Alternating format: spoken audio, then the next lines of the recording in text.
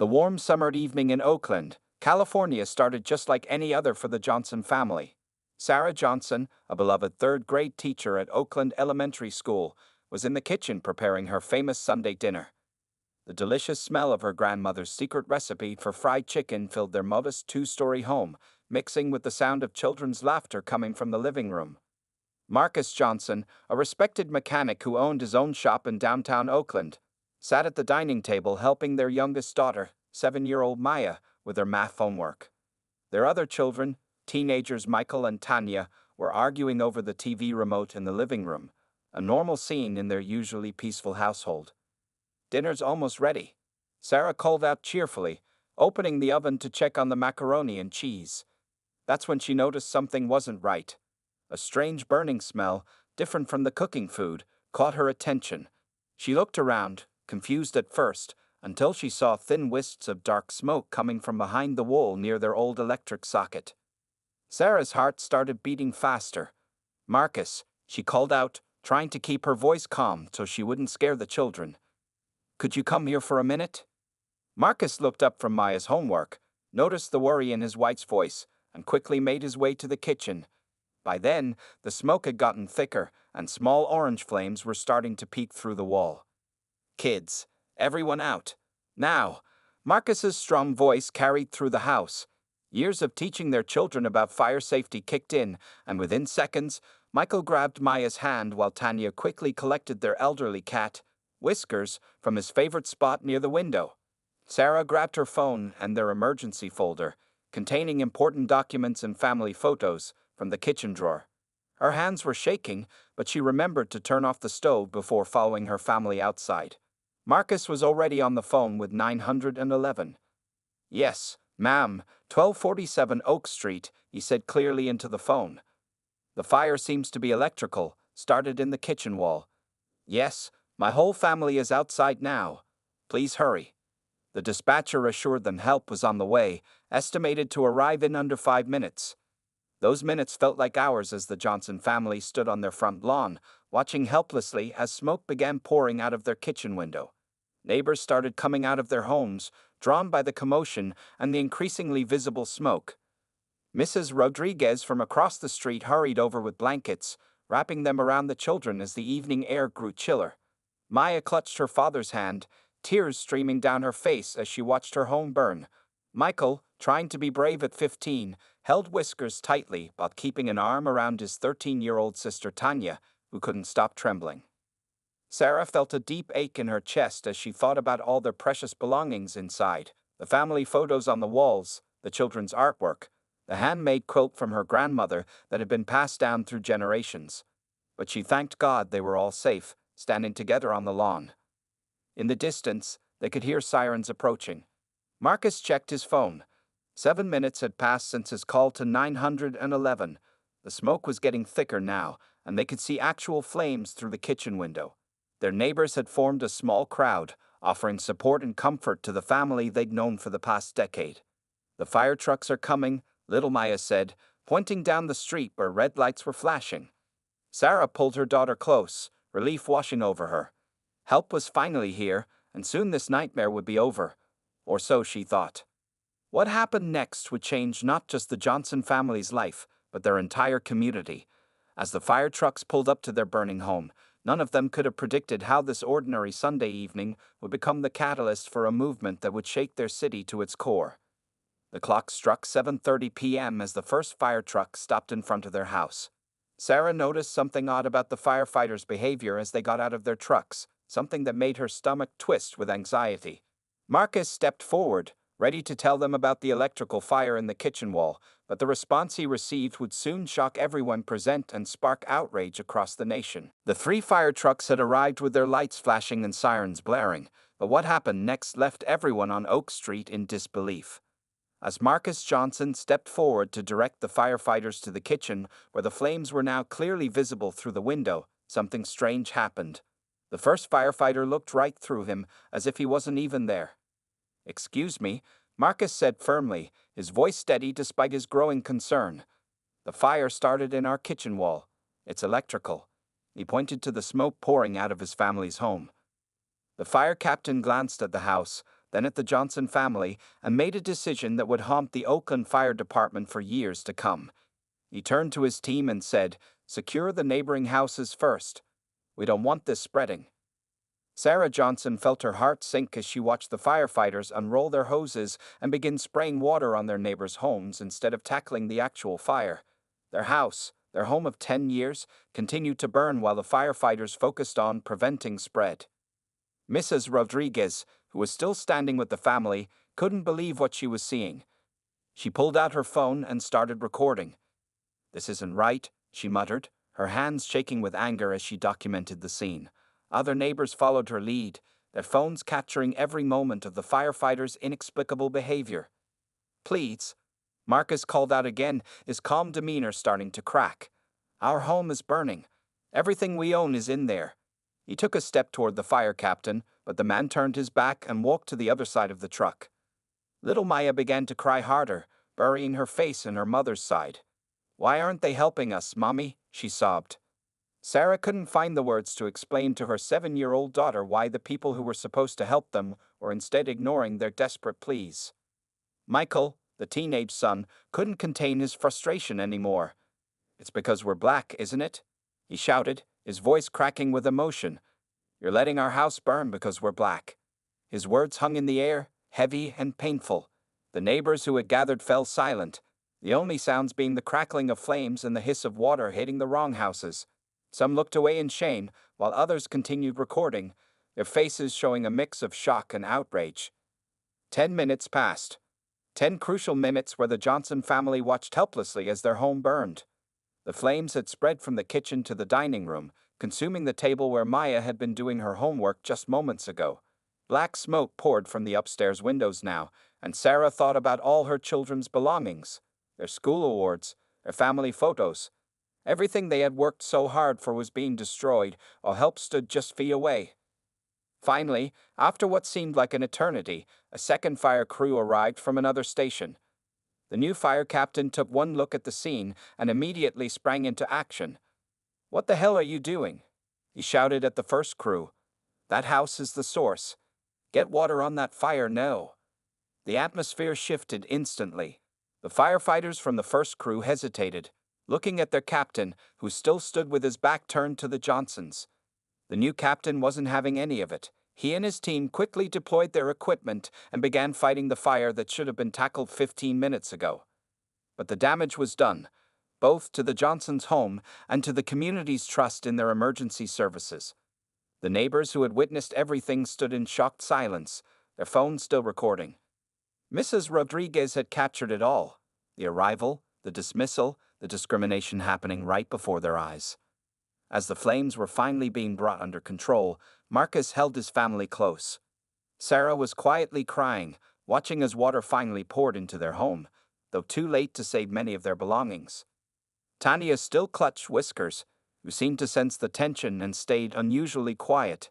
Michael stood tall beside his parents, his jaw set firmly, anger and hurt visible in his young eyes. What none of them knew at that moment was that Mrs. Rodriguez's video was already being uploaded to social media. Within hours, it would spark a firestorm that would bring national attention to their small Oakland street and force a reckoning within fire departments across America. The night wasn't over yet, and their story was just beginning to unfold. Maria Rodriguez sat at her kitchen table, her hands still shaking as she watched the video she had recorded just 30 minutes ago. The fire across the street was now under control, but the anger in her heart was only growing stronger. She had lived in this neighborhood for 15 years and had never seen anything like this before. Her phone kept buzzing with notifications. The video she posted on Facebook was spreading fast, really fast. She had simply written, "Oakland Fire Department refuses to help black family while their house burns. This happened tonight on my street. This is wrong." Already, the post had over 1,000 shares. Outside, news vans were starting to arrive. The first was from the local Channel 7, their satellite dish extending up into the darkening sky. A young reporter in a blue blazer jumped out, followed by a cameraman carrying heavy equipment. More vehicles were turning onto Oak Street, drawn by the social media buzz that was building into a storm. Mrs. Rodriguez watched through her window as the Johnson family huddled together on their neighbor's porch next door. The firefighters were still there, now doing their final checks, but the first crew and their captain had quickly left the scene after the second team arrived. She noticed how Michael, the Johnsons' teenage son, was filming everything on his phone while comforting his little sister Maya. Her doorbell rang. It was James Wilson, a retired police officer who lived 2 houses down. "Maria," he said, his face serious, "I got everything on my security cameras. The whole thing, from when the trucks arrived to when they ignored Marcus. Clear as day, with timestamps and everything." Maria had invited him in, and they sat at her kitchen table. James connected his phone to her laptop, and together they watched his footage. The security camera had captured an even clearer view of the discrimination. You could hear the first captain's orders to ignore the Johnsons' house, see the deliberate way the firefighters turned their backs on the family's pleas for help. "This is evidence," James said firmly. "This isn't just a viral video. This is proof." While they were reviewing the footage, more neighbors started showing up at Maria's house. Sarah Chen from across the street had pictures from different angles. Teenage Kevin from next door had been live streaming the whole thing on Instagram. Each person brought another piece of the story, another angle, another recording. The group in Maria's kitchen grew larger as more neighbors arrived. They weren't just sharing videos, they were sharing their shock, their anger, and their determination to do something about what they had witnessed. Tom Parker, a local lawyer who lived at the end of the street, was already talking about legal options. "The response times are all documented," Tom explained, making notes on his legal pad. "The dispatch call, the arrival time, the delay in actually fighting the fire, it's all time-stamped. And with all this video evidence showing clear discrimination, we have a solid case." Outside, the news crews were interviewing people on the street. The story was growing bigger by the minute. Maria's phone showed that her video had now been shared over 10,000 times. National news networks were starting to pick it up. The neighbors in Maria's kitchen formed a plan. They would all submit their videos and statements to Tom, who would help build a legal case. They would stand as witnesses for the Johnson family. They created a WhatsApp group to coordinate their efforts and make sure no piece of evidence was lost. By 9:00 p.m., just hours after the fire, the story had exploded. Civil rights organizations were calling Maria's phone. Local politicians were issuing statements. The Oakland Fire Department's social media pages were flooded with comments demanding answers. But perhaps the most powerful moment came when Maria looked out her window and saw something beautiful happening. Neighbors she had never seen interact before were bringing blankets, clothes, and food to the Johnson family. Sarah Chen had opened her home to them for the night. The Muslim family from the corner store brought hot meals. The local church group was already organizing a donation drive. What started as a terrible act of discrimination was transforming into something else. A community coming together, standing up for what was right. As Maria watched more neighbors arrive with help for the Johnsons, she realized that this night would change their neighborhood forever.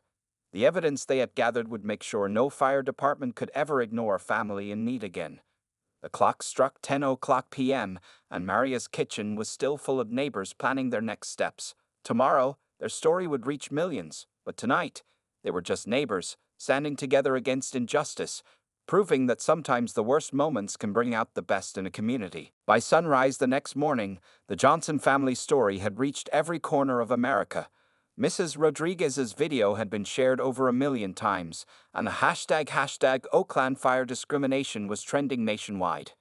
Major news networks were running the story at the top of their morning shows, showing clips of the firefighters turning their backs on the burning house.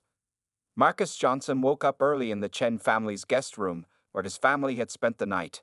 He picked up his phone and was shocked to see hundreds of missed calls, thousands of text messages, and an inbox full of emails from reporters, civil rights lawyers, and supporters from across the country. "Sarah, wake up," he gently shook his wife. "You need to see this." Sarah sat up and looked at her husband's phone. Her hand covered her mouth as she scrolled through the messages. There were offers of help from everywhere. Furniture companies offering to replace their lost belongings, contractors volunteering to rebuild their home, and regular people sending words of support and offering donations. Downstairs, news vans lined both sides of Oak Street. Reporters stood in front of the Johnsons' damaged home, giving live updates to their morning audiences. The house itself was still standing, but the kitchen and dining room were destroyed, and smoke damage had ruined most of their belongings. Michael, their teenage son, was already awake and watching the coverage on the Chen's living room TV. Every major network was showing the security camera footage from Mr. Wilson's house, which clearly captured the first fire crew's discriminatory response. Legal experts on the morning shows were calling it a clear case of civil rights violation. "Mom, Dad," Michael called out as his parents came downstairs. "Look at this. Even celebrities are sharing our story." He was right. Famous actors, athletes, and musicians were reposting the video and demanding justice. A famous basketball player had already tweeted that he would personally pay for the Johnsons' home repairs.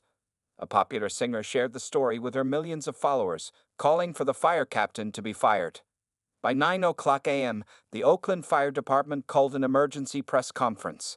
The fire chief stood before a room packed with reporters, looking uncomfortable as cameras flashed. "We are deeply disturbed by the video evidence showing inappropriate conduct by our firefighters," he read from a prepared statement. "We have placed the entire crew on administrative leave, pending a full investigation." But this announcement only fueled more outrage. People weren't satisfied with just an investigation. They wanted immediate action. Outside the fire station, protesters began gathering, holding signs that read "Firefighters" or "Fire Discriminators," and "Justice for the Johnsons." The family's phones kept ringing nonstop. National civil rights leaders were flying into Oakland to meet with them. Talk show hosts wanted them to share their story. But what touched the Johnson family most were the messages from other families who had experienced similar discrimination but never had proof. "Your video gave us a voice," one message read. "What happened to you happened to us last year, but nobody believed us. Thank you for exposing the truth." Little Maya didn't fully understand why there were so many people outside with cameras, but she knew something big was happening. "Are they going to help fix our house?" she asked her mom while they watched the news together. "Yes, baby," Sarah hugged her daughter. "A lot of good people want to help us." By afternoon, a GoFundMe page set up by Mrs. Rodriguez had raised over $100,000. The local news interviewed Tanya, who spoke bravely about watching their home burn while help stood by and did nothing. Her words brought tears to viewers' eyes and more donations poured in. Social media couldn't stop talking about the incident. People were sharing their own stories of discrimination by emergency services. The Johnson family's experience had opened a national conversation about racism in emergency response, and experts were being called to discuss systemic changes needed in fire departments across the country. As the day ended, Marcus and Sarah sat with their children in the Chen's living room, watching their story play out on national news. They never wanted to be the face of this issue, never wanted their tragedy to go viral. But as they saw how their experience was pushing for real change, they realized that sometimes the most painful moments can lead to the most important conversations. "We're going to get through this together," Marcus told his family, as more supporters gathered outside with candles and signs of support. "And we're going to make sure this never happens to another family again." 3 days after the fire, the Oakland Fire Department's main office was bustling with unusual activity. State investigators had taken over the entire third floor, setting up a temporary command center to look into what happened at the Johnsons' house. The investigation wasn't just about one incident anymore. It had grown into something much bigger. Lisa Martinez, the lead investigator from the state fire marshal's office, sat at a desk covered with papers and files. She had been working nonstop since receiving this assignment, and what she found was troubling. In front of her were response time records from the past 5 years, sorted by neighborhood. "Chief Williams," she called to the Oakland fire chief who was hovering nearby, "can you explain why response times in predominantly Black and Hispanic neighborhoods are consistently longer than in other areas?" The chief shifted uncomfortably in his chair. The data was clear. There was a pattern that couldn't be ignored. Houses in wealthy, mostly white neighborhoods got help an average of 4 minutes faster than homes in minority communities. Down the hall, another team was interviewing firefighters from different stations. Many young firefighters were coming forward with stories about discrimination they had witnessed. One rookie firefighter, fighting back tears, described how his captain had once told him to take his time when responding to calls from certain neighborhoods. The investigation team set up a special hotline for community members to report their experiences. The phone hadn't stopped ringing since they announced the number. Mrs. Rodriguez's video had given people courage to speak up about similar incidents they had faced. Tom Parker, the lawyer from Oak Street, arrived at the investigation office with 3 boxes of evidence. He had collected statements from 35 families who had experienced discrimination from emergency services in Oakland over the past decade. Each story was carefully documented with dates, times, and witness statements. "This isn't just about the Johnsons anymore," Tom explained to the investigators. "This is about a system that has failed our community for years." The investigation revealed more uncomfortable truths. Training records showed that despite Oakland's diverse population, cultural sensitivity training had been cut from the department's budget 3 years ago. The department's hiring practices also came under scrutiny. Out of 200 firefighters, only 12 were Black and 20 were Hispanic. Meanwhile, the fire captain and crew who had ignored the Johnson family were facing their own investigation. Their disciplinary hearing was scheduled for the following week. The captain's service record showed previous complaints about discrimination, but they had been dismissed without proper investigation. Body camera footage from police officers who had arrived at the scene provided even more evidence. The cameras had captured the fire captain saying, "Let's secure the nice houses first," while pointing to homes not belonging to Black families. This footage became a crucial piece of evidence in the investigation. Social media played an unexpected role too. Investigators discovered posts and messages between some firefighters that showed clear racial bias. These digital breadcrumbs painted a picture of a culture that needed serious change. By the end of the first week, Lisa Martinez and her team had filled an entire room with evidence. Charts on the walls showed response time disparities. Maps highlighted patterns of discrimination. Statements from firefighters and community members filled dozens of folders. The investigation also looked into equipment distribution. They found that newer, better equipment was consistently assigned to stations in wealthier areas, while stations serving minority neighborhoods often worked with older trucks and tools. As the second week began, the investigation team called an emergency meeting with city officials. The evidence was overwhelming. There were serious, systemic problems that needed immediate attention. The investigation had uncovered not just individual acts of discrimination, but an entire system that needed to be rebuilt from the ground up. The mayor of Oakland, watching the presentation of findings, took notes with a grim expression. The city couldn't ignore this anymore. The Johnson family's terrible experience had cracked open a door that revealed years of institutional discrimination. Lisa Martinez ended her presentation with a powerful statement. What happened to the Johnson family wasn't an isolated incident. It was a symptom of a much larger problem. Now we have proof, and with proof comes the responsibility to make real change. The investigation wasn't over yet, but it had already accomplished something important. It had shown that the problem wasn't just a few bad firefighters. The entire system needed to change, and thanks to the brave witnesses and the viral video, that change was finally going to happen. 2 weeks after the fire, Oak Street looked very different from its usual quiet self. The scene in front of the Johnsons' damaged home had transformed into something remarkable. Hundreds of people from all over Oakland had gathered there, not to protest, but to help rebuild. Early that Saturday morning, Marcus Johnson stood amazed as he watched a line of trucks pull up to his house. Local contractors, electricians, plumbers, and construction workers had all volunteered their time and skills. Many of them had never met the Johnsons before. They had seen the viral video and wanted to make things right. Mr. Johnson called out Steve Chen, Sarah Chen's husband, and a local building contractor. "I've got 20 of my best workers here today. We're going to fix your home better than it was before." Steve had organized many other contractors to join the effort, creating a detailed rebuilding plan that would take just 3 weeks instead of months. The community support wasn't just about rebuilding the house. In the local community center, volunteers had set up a massive donation center. People brought furniture, clothes, books, and household items to replace what the Johnsons had lost in the fire.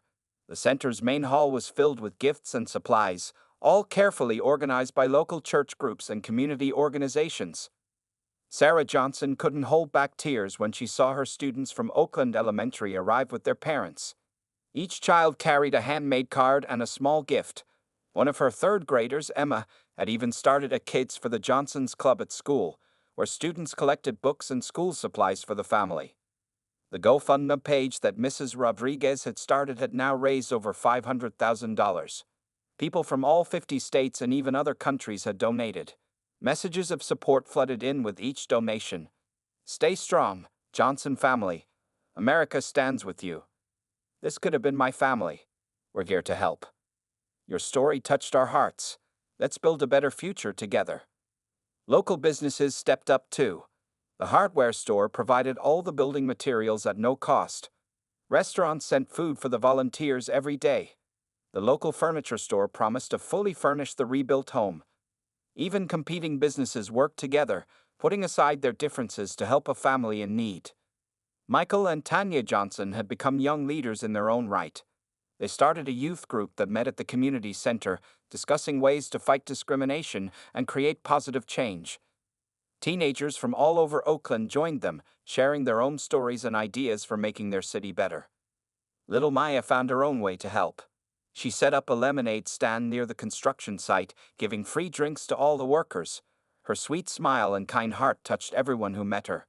Soon, other children in the neighborhood joined her, turning the lemonade stand into a symbol of young people taking action. The most powerful moment came when firefighters from other stations across Oakland showed up to help.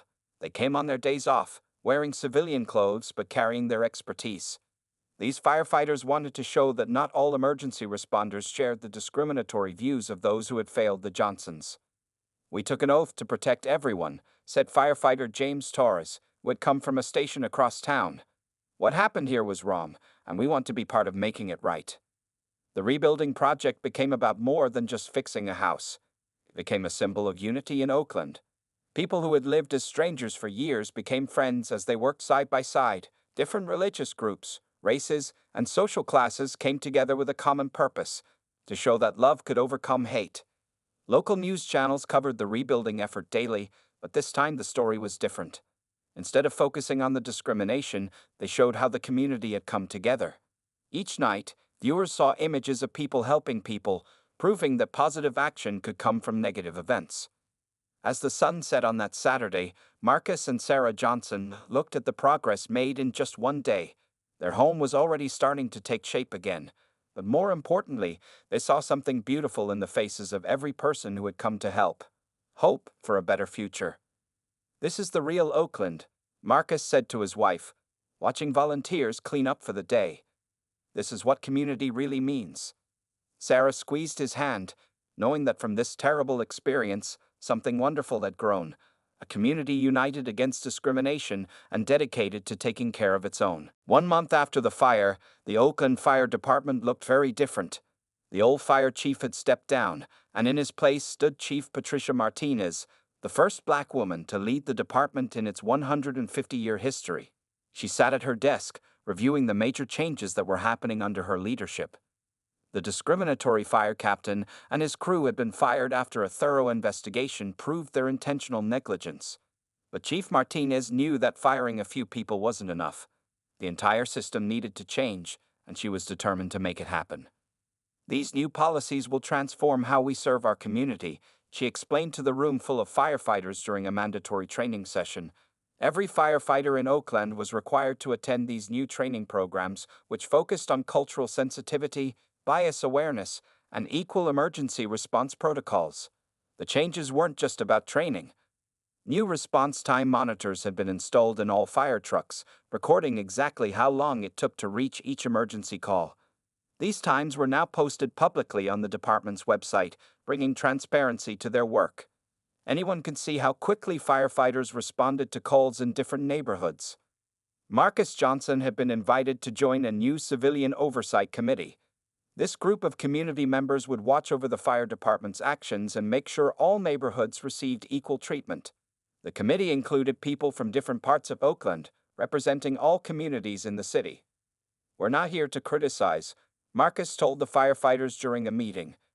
"We're here to help build trust between the department and the community."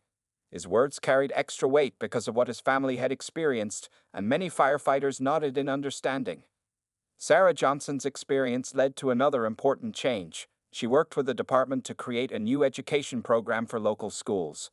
Children would learn about fire safety, but they would also learn about their rights and how to report any discrimination they witnessed. The program helped build bridges between young people and emergency services. The department's hiring practices changed dramatically, too. Chief Martinez started a recruitment program in local high schools and colleges, focusing on bringing more diverse candidates into the fire service. Pictures of the new, diverse training class hung proudly in the station halls, showing young faces from all backgrounds learning to become firefighters. Technology played a big part in the changes.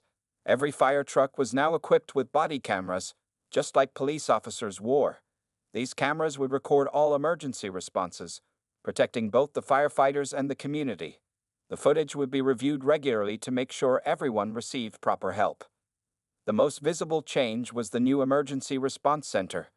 The old system of different response times for different neighborhoods was replaced with a computer program that sent the closest fire truck to any emergency, regardless of the neighborhood's location or demographics. This simple change helped ensure everyone got help equally. Michael and Tanya Johnson were invited to speak at the Fire Academy's graduation ceremony. They shared their family's story with the new firefighters, but also talked about forgiveness and moving forward. Their words helped the new recruits understand the real impact of their future work. Your job isn't just about putting out fires, Michael told them. It's about protecting everyone in our community, equally and fairly. The changes in Oakland started attracting national attention. Fire departments from other cities sent representatives to learn about the new programs.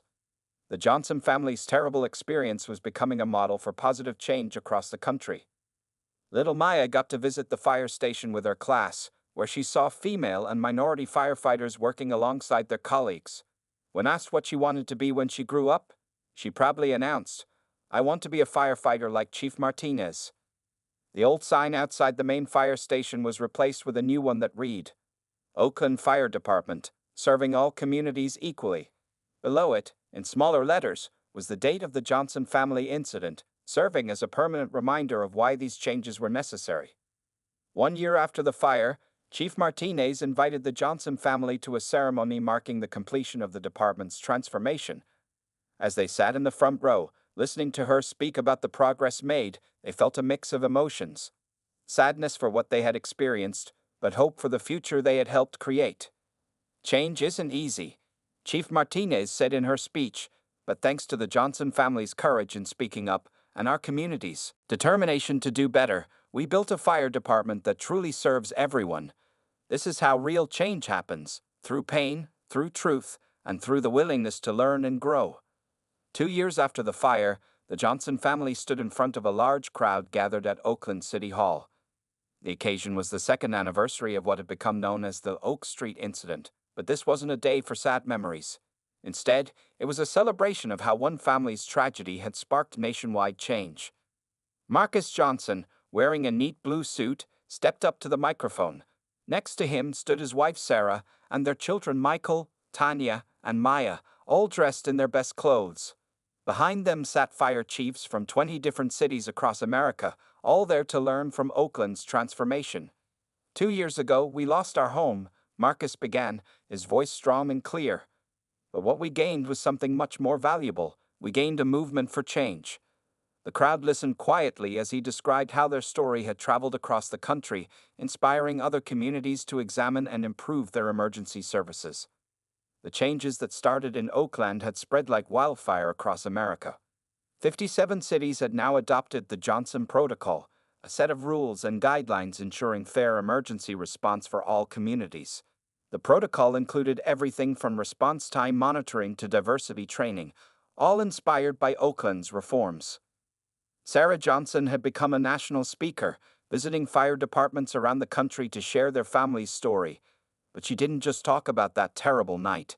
She talked about forgiveness, healing, and how communities could work together to prevent discrimination. "Our story isn't just about what went wrong," she told the crowd. "It's about how people came together to make things right." Michael, now in college studying law, had started a national youth organization called Equal Response, with chapters in high schools across America. The organization helped young people learn about their rights and work with emergency services to build better relationships in their communities.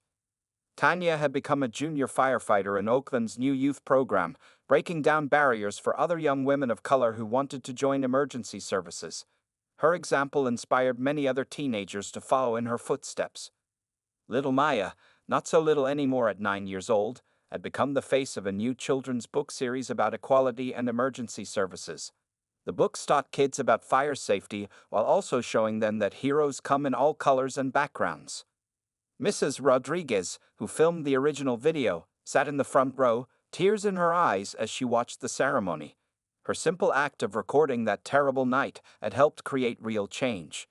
She had recently won a Community Hero Award for her role in exposing discrimination and standing up for her neighbors. The old fire captain who had refused to help the Johnsons had been interviewed on national television, where he publicly apologized and admitted his mistakes. He now worked with anti-discrimination organizations, sharing his story as a warning about the consequences of bias and the importance of changing old attitudes. Oakland's fire department had become a model for others to follow. Their response times were now exactly the same for all neighborhoods, regardless of race or income. Their force was the most diverse in the country, with people of all backgrounds serving as firefighters and leaders. The Johnsons' rebuilt home on Oak Street had become a symbol of community strength. Every week, visitors from other cities would drive by to see the house that sparked a national conversation about discrimination in emergency services. But the biggest change was in how people thought about emergency response. It wasn't just about putting out fires anymore. It was about serving everyone equally, about being true heroes for all communities. As Marcus finished his speech, he asked everyone who had helped them over the past 2 years to stand up. Almost the entire crowd rose to their feet, firefighters, neighbors, community leaders, and ordinary citizens who had all played a part in creating change. "Look around," Marcus said, his voice full of emotion. "This is what America can be when we stand together against discrimination. This is what happens when we turn pain into purpose." The ceremony ended with the unveiling of a new memorial, a beautiful statue showing hands of different colors joined together, helping each other up. The plaque read, "The Oak Street Legacy.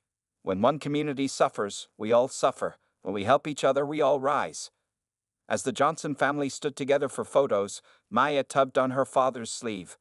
"Daddy," she said, "are you still sad about what happened to our old house?" Marcus lifted his daughter up and hugged her tight. "No, baby," he answered, looking at all the positive changes their story had created.